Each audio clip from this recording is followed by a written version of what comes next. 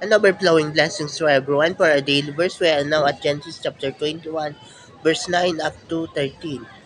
One day, Sarah noticed Hagar's son Ishmael playing, and she said to Abraham, "Get rid of that Egyptian slave woman and her son.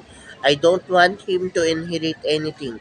It should all go to my son." Abraham was worried about Ishmael, but God said, "Abraham, don't worry about your slave woman and the boy. Just do what Sarah tells you.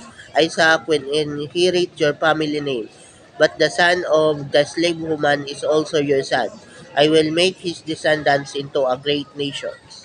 So in this passage, we see the anger of Sarah towards Hagar because Hagar insulted Sarah being a barren woman.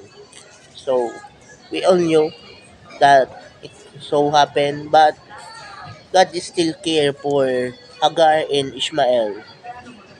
See, the Lord promised unto Abraham that Ishmael indeed will be a great nation. And nowadays, it's firmly believed that the descendants of Ishmael is the modern day Arab nations in the Middle East. See, indeed God do something to Ishmael and to his descendants. That's why God is so good even to Ishmael.